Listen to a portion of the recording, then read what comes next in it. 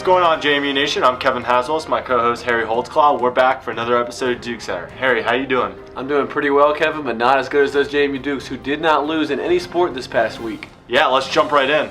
JMU men's basketball won 2 close games last week with wins over Elon and Drexel. The Dukes are now 6-15, 2-6 in the CAA, and will go on the road to play UNCW in the College of Charleston this weekend. JMU men's basketball used 2 great defensive efforts to beat College of Charleston and UNC Wilmington on the road last week. Their win streak is now 8 games, and they're 7-0 in the CAA, and they'll put that on the line when they take on Hofstra and College of Charleston at home this week.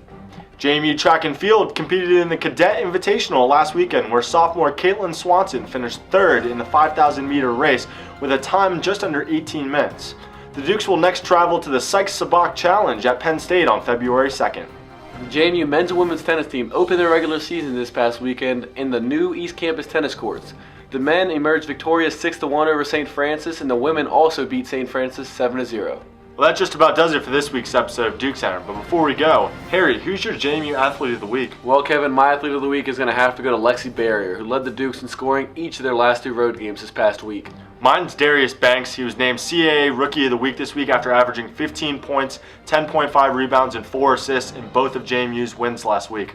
Well, that does it for this week's episode of DukesCenter. Thanks for joining us.